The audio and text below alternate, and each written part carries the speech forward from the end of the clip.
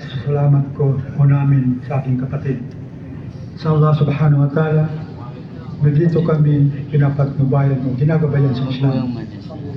Kasi sa totoo lang, ang mga parents namin, galing sila sa Christian. Ang papa namin sa kamama, galing sila sa Christian. Nag-age na sila galing sa lugar nila, dito sila nakarating sa Mate. Ang nadatnan naman nila mga Muslim din. Kaya ang nangyari, siguro nagpa-Muslim sila, nagpa-convert sila. Ayun, tulad ng sinabi ng kapatid ko kanina, 5 years namatay ang aming ina. Ako mga 3 o 4 years nata. Sa pagkaalam ko sa Islam, nang malaki na ako, hindi ako nang inayang kung bakit namatay ang aming ina, hindi ako nagsisisi. Dahil sa Islam naman, pag nalaman mo, normal lang ang tao mamatay. Sinabi ng dating kasama niya, Inna lillahi wa inna ilaihi raji'un. Sa totoo lang, galing tayo sa Allah subhanahu wa ta'ala at babalik din tayo sa Allah subhanahu wa ta'ala, insyaAllah. Ang pinag-alala ko lang, kasi hindi kami nakapagsilbi sa aming magulang, sa aming mama. Kasi ang pinaka-mahalaga na magulang, yung mama.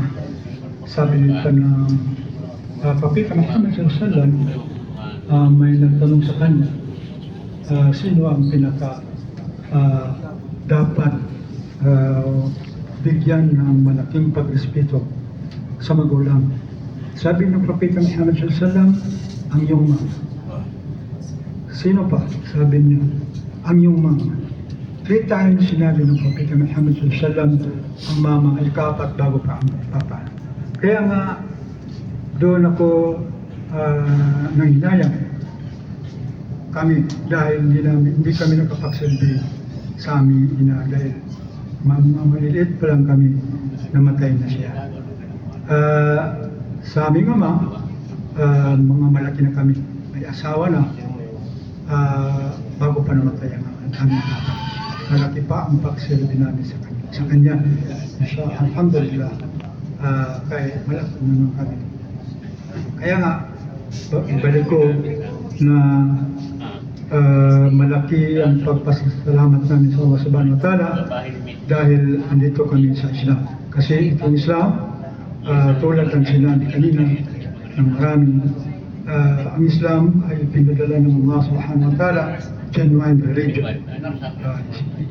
Islam is from Allah subhanahu wa ta'ala na ipinadala sa Propeta Muhammad sallallahu alaihi wasallam, Quran at saka yung agama Islam. Kasi ito lamang na religion ang tatanggapin ng Allah subhanahu wa ta'ala. Maliban sa Islam, wala. Yun lang ang pinaka-the best sa Islam. Kaya nga, nandito tayo ngayon, ang pinag-usapan natin ang Islam. Kung paano tayo matuto sa Islam. Kaya malaking baraka ito na tayo nagtitipon-tipon dahil ang pinag-usapan natin ang Islam, ang kaalaman sa Islam. Kaya pasalamatan natin ang Allah subhanahu wa ta'ala at saka sa ating mga lecturer, mga kapatid natin, kasi hindi tayo maging ganito ngayon. Na maraming tayong natutunan kung hindi pa sa kanila. Magpasalamat tayo sa Allah subhanahu wa ta'ala, and then sa kanila, tinopikan sila ng Allah subhanahu wa ta'ala. Sana maging gabay sa atin ang mga nalalaman natin sa ngayon, pamulang bukas, kahapon, tsaka ngayon, tsaka bukas, sa Allah subhanahu wa ta'ala.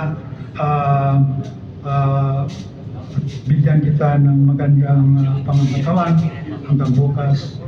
Sana pagpalain kita ng Allah subhanahu wa ta'ala. Yun na lang.